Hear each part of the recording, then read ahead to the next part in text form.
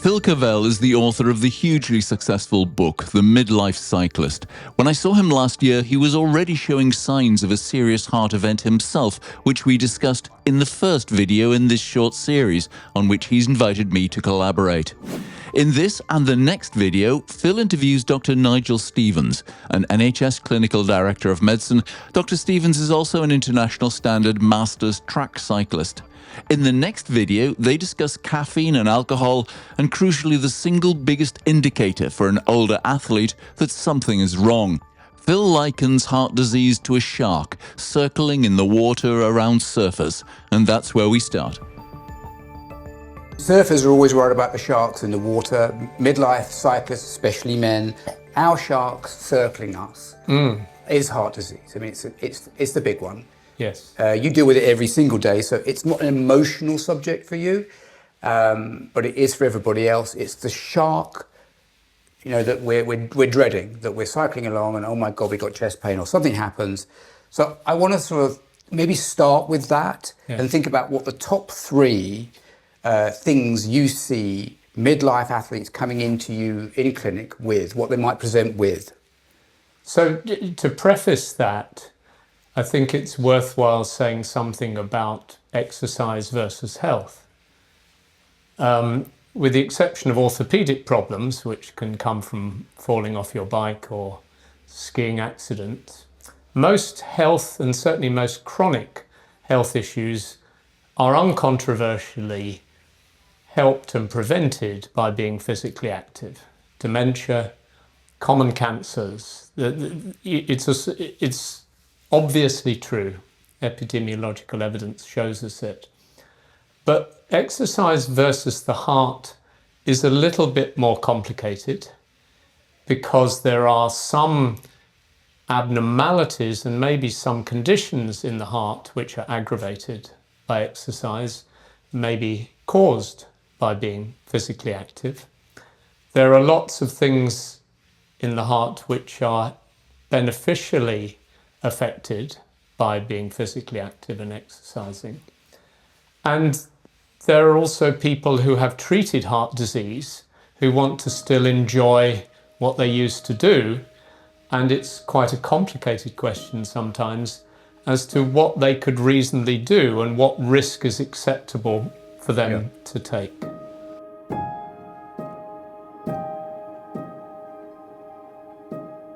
And in the book, one of the things that I talk about, and you help me talk about, is this apparent paradox that the more you cycle and the harder you train and the longer you train, there seems to be this greater incidence of kind of clots, if you like, or atherosclerosis in the coronary arteries. And this seemed to be a paradox that was seized upon by the populist press. You know, that middle-aged men were killing themselves by training. And that was one of the things that I was trying to sort of meet head on. Yes. Has that advice changed now, or? Well, I think the understanding has become much clearer. So just to take a little bit of a step back from it, if you sit in a cardiology clinic and evaluate people who come to you with chest pain, not sports people, just anyone, often the way that you would start would be by doing a CT scan of their heart. CT is now a simple test, low radiation dose, very little downside. And the more calcium is seen in the arteries of the heart, the more likely it is that they've got worrisome coronary artery disease. So that remains true. And an extraordinary piece of observational research confounded that simple thing when some sibling pairs were examined by colleagues in New York. And one pair of the siblings had to have run a certain number of marathons and the other one had to be sedentary. And the expectation is that the sedentary ones would have a lot of coronary calcium on average, and the runners, who are less likely to die from their heart, would not. And quite the reverse was found. The runners had lots of calcium. And then we compare that up with another similar piece of observation, which is if you take statins, you will get increasing amounts of coronary calcification in parallel with reducing your risk of a heart attack. And so So just talking about coronary calcium belies the complexity of what we're actually dealing with. The calcium's a marker. It's not the thing itself. The fatty plaques that make up coronary heart disease, the cells within them express bone proteins for reasons quite understood, and therefore they lay down calcium. So some people with some types of plaques do have calcium in them.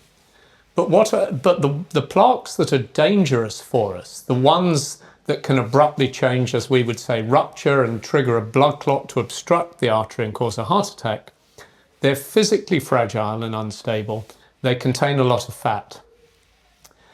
The other type of plaque is made of fibrous and calcified tissue and is inert. And as long as the artery still functions satisfactorily as a tube, it's a harmless thing. Yep. And so the concepts emerged that increasing coronary calcification in people who have healthy behaviours, they're doing regular exercise, they're taking statins if they've got a high cholesterol, may get increasing coronary calcification, but they're not getting increasing coronary risk, quite the reverse. So it's almost like cycling and endurance exercise is nature's statin. Yes, that's right. And I would see regularly people who've paid a sum of money to walk in and have a CT scan of their chests, and then they come back and they've got a high calcium score. They're very concerned, but it ain't quite as simple as that. And then we need to evaluate them and hopefully reassure them that the calcium may be there, but it's not about to cause them harm. I remember when you and I were talking, you had this lovely expression of, it's always stayed with me, I maybe used it in the book, it was like exercise naivety. So you can split the midlife cohort, people who are just coming to exercise, so Yes. their bodies are what you called exercise naive, and then you've got the people, the old dogs like you and I have been knocking around for years and years and years who've never really stopped. Yes. And the risk profile is actually a little bit different. The risk profile in one is known and in the other is unknown. I think that's Nice to put, yeah, well put. more Yep. the way it is. So if a person has enjoyed sport from teenage years up to the age of 60, they're in contact with their body, they know how they should feel, and also they've done something which is a powerfully protective behaviour. And if somebody like that comes to see me and they're embarking on a big challenge, they're rowing across the Atlantic or something, if they've got that history under their belt, I'm not doing a great deal, maybe some blood tests, a couple of simple things, and it almost always would reassure. Whereas a person might have enjoyed sport as a teenager at university and for the next 20 or 30 years has built a career, had a family, neglected the way that they should look after themselves. And with them, it's an unknown. Yeah. And they warrant much more of an evaluation if they're suddenly going to stress their system in a massive way. Yeah. And often what I find from the bike fitter studio, my day job, is that those are the ones that are in a hurry. Yeah. Aren't they? Yeah. Because, they've lost that 25, 30 years, and their exercise age is different to their calendar age, and they're in a hurry, and they want to do the Etap and the Marmot and the Haute route, and so they are going to suddenly stress their body in a way that, they're not used to. And you see it quite a lot with other types of challenge events.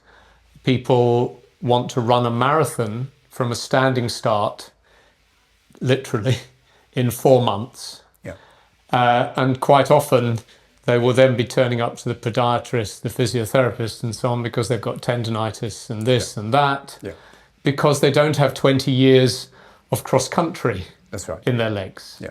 It's the same thing. You're right. They're in a hurry.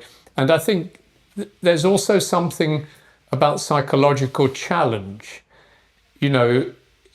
People want to do the Étape du Tour. They want to climb more than 2,000 meters in something that professional bike riders think is a hell of a challenge, and certainly to do it quickly and to do it with style. Yeah. So it's a huge ask. Yeah, that's right. Yeah. So and like you, the ones that concern me more are the ones that are new to this, in a hurry, and they want to out the blocks, and they, Yes. It's all about intensity. And one of the things our colleague, Dr. John Baker, pulled out in the book, or I pulled out through him, was the fact that these ones train harder, this cohort train harder as a percentage of their maximum heart rate than professional athletes. So Yes. they're spending too long at this kind of red line. And of course, we're crash test dummies. No one knows what this does to a body that's 50, 60 years old. Yes, and I'm not a coach, but enough coaches whose opinion I respect say the same thing. If you take a professional cyclist, it probably takes 30 hours a week to reach their genetic potential, of which 25 are spent chatting, riding in a group, and 5 are spent going hard. Yeah. Whereas time-crunched amateur folk will do a majority of the 10 hours they can spare going quite hard and quite uncomfortably. Yeah. So they're adopting a physiological stress which doesn't seem to work for people who are good at the sport. Yeah. So if we bring it back to we're talking about coronary heart disease. So someone has an event, there's a blockage or partial blockage in the coronary arteries, and then they have whatever they have, chest pain, or they don't feel well, and they come to you, and they might have had some kind of intervention, whether that's some kind of, you can go through the interventions. I guess, what's their prognosis now after their post-issue with their coronary heart disease? It's a broad group of people with quite a range of future risk. Yeah. And so maybe we'd start with people who've had what we in the trade would call an acute event, like a heart attack, and compare them with people who have chronic, reliable and reproducible symptoms because their heart muscle is short of blood and oxygen. So if we take the first group, the care of people having an acute heart attack has changed radically in the last 25 years. They do much better. They're much less likely to get a severely damaged heart muscle and much more likely to return to normal life. And cardiac rehabilitation has been a transformative process for these folk, both in terms of helping them regain their confidence and teaching them about structured exercise, whether or not they've enjoyed it before. So when I'm evaluating somebody who's had a heart attack, who's had successful care, I would ask myself 2 questions. How much has their heart been damaged? Because that informs the expectation of what they can do. And second, how much residual disease in the heart arteries is there? How much of is there still hidden risk in the arteries? And you might get one person who's had one blockage successfully treated and the other arteries look clean and the heart muscle is working normally or near normally. And as long as you plot a graded return to physical activity, you can set the bar pretty high for these folk. There ain't much you would caution them about doing with an appropriate return to activity. And at the other end of that spectrum, you might have somebody who's had sustained a heart attack, who's got extensive heart damage, who's got a great deal of residual disease in their heart arteries. And although exercise is going to be beneficial for this person, it would be in a very different format with a different ceiling and a different volume. And you'd be talking to them about 2 to 3 hours a week of structured exercise, low and medium intensity for half of it, and combining it with strength training, which also has the same cardiovascular preventative benefits. So a lot of the evaluation is where they sit between those 2 poles.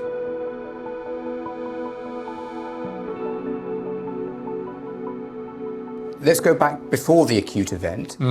Is there a difference in outcome if the person was an endurance athlete or not an endurance athlete? So I've got a very memorable person whom I looked after, who I think is quite instructive in all of this. He was a keen, traditional club cyclist, out on the club ride, riding for 60, 70 miles in the group. And a lot of people listening to this would recognise that as the staple of their weekly diet of cycling. And then in the middle of the ride, he sustained a cardiac arrest. He fell off his bike, dead. And his club mates offered cardiopulmonary resuscitation by the roadside. Amazing. The whole story is quite amazing. They saved his life there, didn't they? For sure. And everyone should learn how to do basic life support, because you can save a friend or even somebody you don't know's life. So they did. They saved his life, and they phoned the ambulance, and it was clear what was going on. So the air ambulance came. They came with the defibrillator, and they gave him a shock and put his heart back into normal rhythm. He woke up and he said, I don't feel very well. I've got a lot of chest pain. And the ECG showed he was having an acute heart attack, and that was the cause of his cardiac arrest. So he was put into the air ambulance. There were a few delays and logistic problems. And after a significant delay from the time of his first collapse, he arrives in a heart attack centre. He had appropriate treatment for his heart attack. The artery was unblocked, treated with a stent. He got better. He went home. And then he came to see me and he said, well, you know, I like riding my bike. What do you think? And given the story, I was very cautious. I thought he's going to have extensive heart damage. He may well have residual, what we call bystander disease. I'm not sure that I can offer him a great deal of hope about returning to the club run. We evaluated him. There was no evidence of heart damage. There was no evidence of residual disease in his other arteries. Why? It blew me away. I have to tell you, 50s? Oh, perfect. Yes, it was an extraordinary experience. And so in the end, after a sort of period of appropriate rehabilitation and appropriate medication, he returned to enjoying club rides. He was the same. And it set me thinking about what we understand from the sort of basic science of all this versus the experience of sports people who get trouble, because no exercise is a panacea. It doesn't completely immunize you from common things. No. And a very distinguished guy, Derek Yelland in University College London, wrote a great deal about what was called ischemic preconditioning, the concept that if you stress the heart muscle by depriving it of blood and oxygen repeatedly, not to the point where it dies, it toughens up and then becomes much more resistant to the adverse effects of having an artery blocked. And I think this is what was going on with this person. His artery was blocked, but his heart muscle cells were used to being a bit short of oxygen and having a low pH. And they therefore were, although some died, many less did than otherwise would have done so. So there is, in this, I think, some of the explanation why people who enjoy endurance sports throughout their lives live longer and get less fatal illness.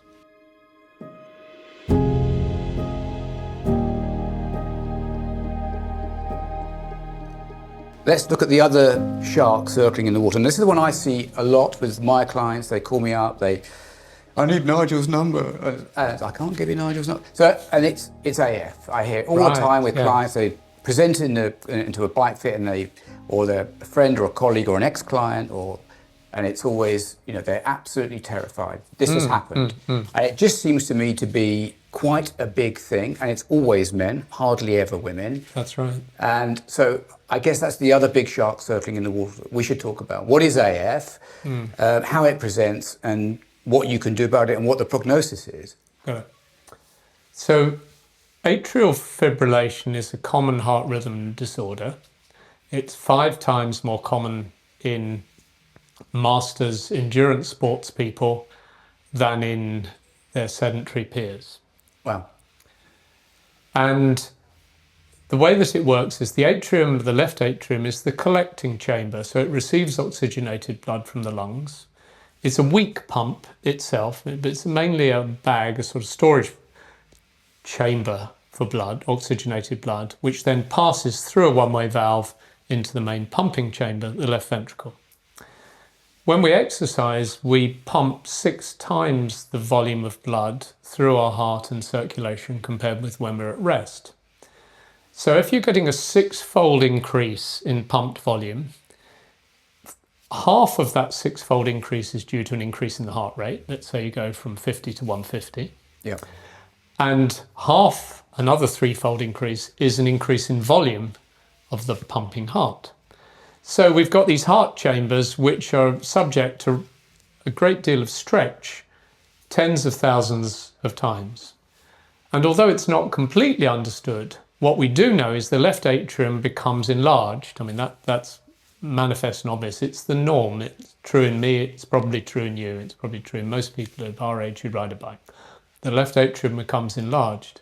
And although that of itself does not affect the heart's efficiency as a pump, it's just having a larger fuel tank in your car, it makes the left atrium more prone to develop abnormal electrical rhythms. So instead of having a regular electrical discharge and therefore contracting regularly, instructed to do so by the heart's pacemaker, millions of microcircuits of electricity form. And the left atrium, if you observe it during this, instead of contracting regularly, now becomes a useless squirming bag of worms due to these electrical microcircuits. So the left atrium's wobbling. The left ventricle receives this chaotic electrical signal and still pumps, which is just as well, but it will pump rapidly and erratically. So that's AF.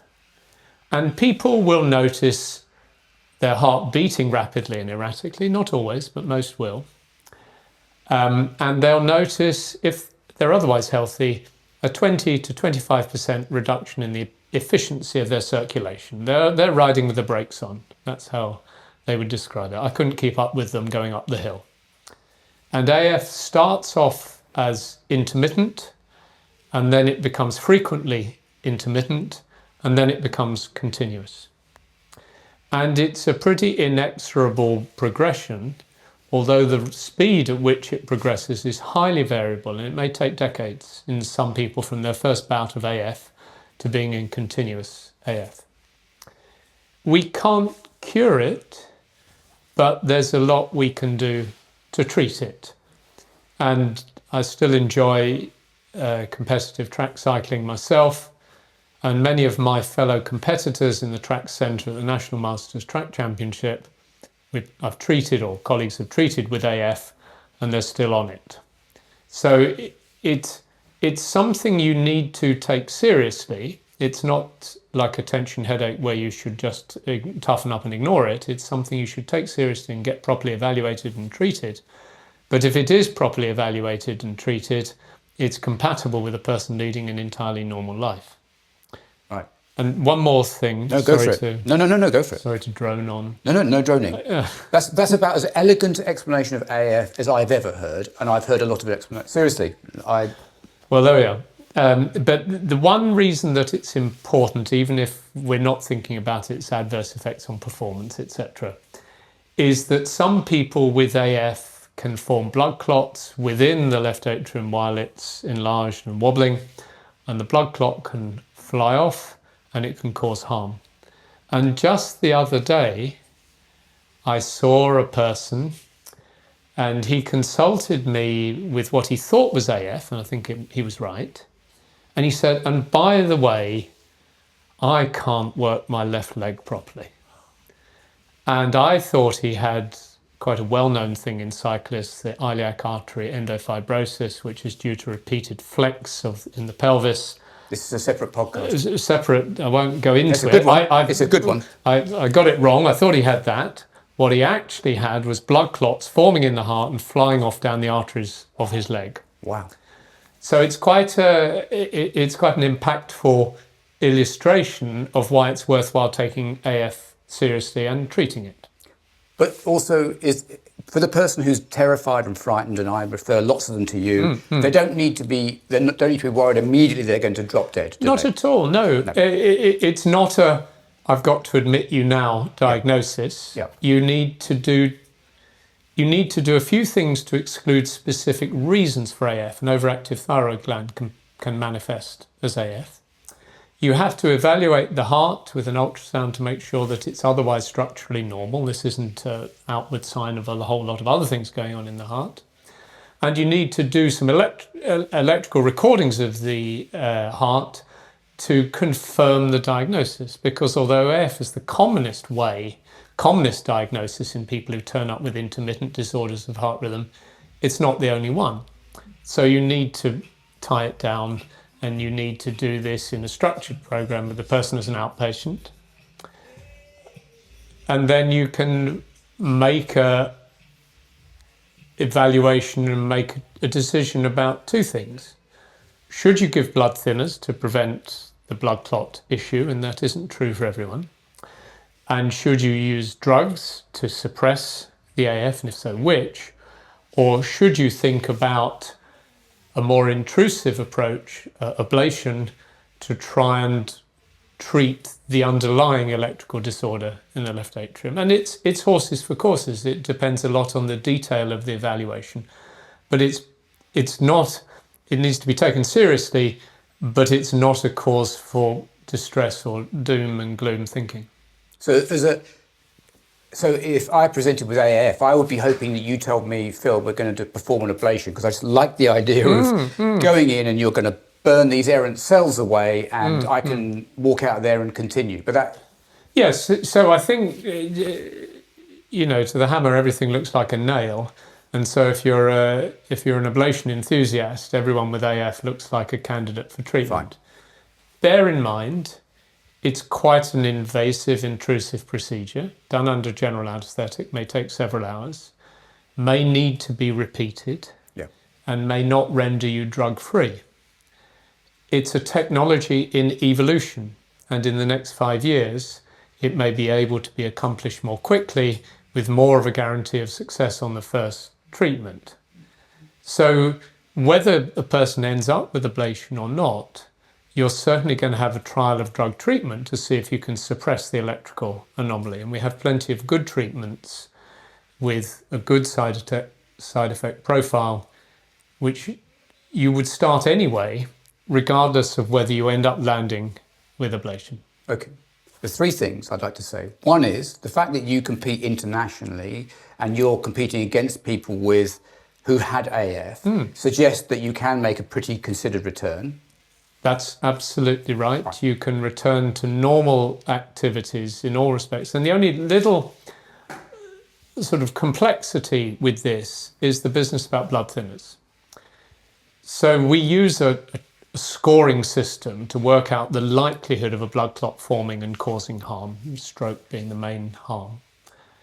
And if you're a male under 60, you have and an otherwise healthy heart and nothing else going on, you have a relatively low likelihood. And you have to bear in mind that if you ride a bike and hit the ground, you will bleed twice as much if you're on a blood thinner than if not. And so it's a bit of a more complicated calculus. Right. Good. So two things also. One is this seems to be a much lower incidence in women midlife athletes. That's right.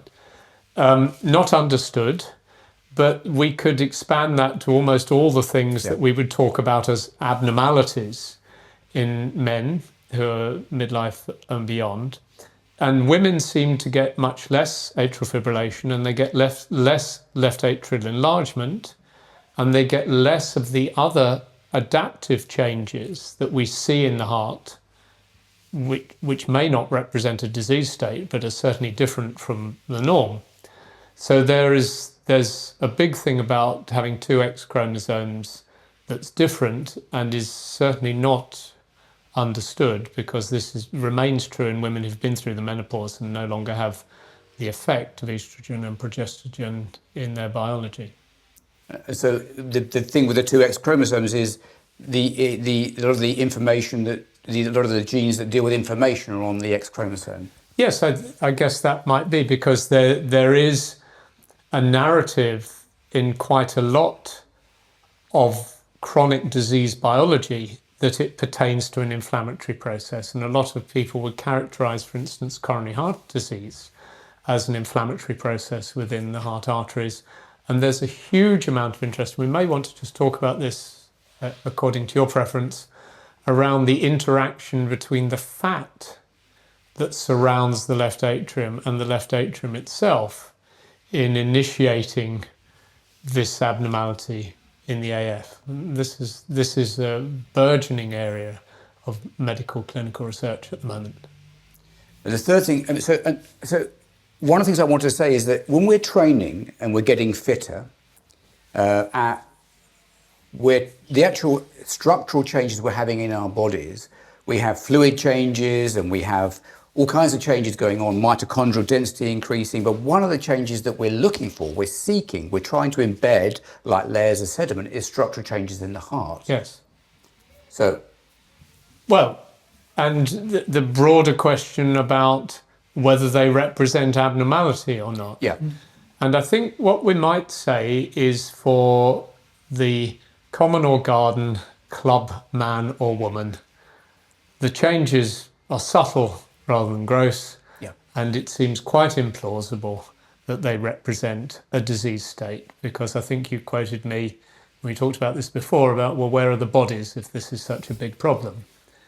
I think that there is a much more tricky question about people who are genetically blessed, who get much more extreme adaptations. So I don't think it's betraying any secrets to talk about Miguel Indurain, who had a cor bovinum, as they'd say in ancient Rome. He had the heart of an ox, huge, muscular, huge in volume, representing an extreme. He could cycle up the hill more quickly than anyone, he could time trial more quickly than anyone, and that was because his genes blessed him with an extreme adaptive potential. And we don't know. I've been involved in helping to think about detraining of very blessed athletes who've had marked adaptive changes. And the other thing that's maybe worthwhile saying in all this, I mean, this doesn't really pertain to Masters athletes, but black athletes, meaning African Caribbean heritage athletes, have all sorts of difference between themselves and the white or Asian populations, and those differences are more marked in athletes than in sedentary people. So just to quote one example, if we're thinking about an enlarged heart, as a cardiologist, generally we're sort of comfortable if the volume of the heart is enlarged, matching the increase in the muscularity of the heart. So it's more muscular, but it's bigger. Right. Like Indurain. There's a ratio. Yes, the ratios remain constant. They're just the whole thing's bigger. Yeah. Whereas we see with black athletes, particularly black sprint, power and strength athletes, is the muscularity massively bigger than in other groups, the volume not so. And if you're a cardiologist and you were shown the ultrasound and not told anything else, you would, whoa, I don't like the look of that.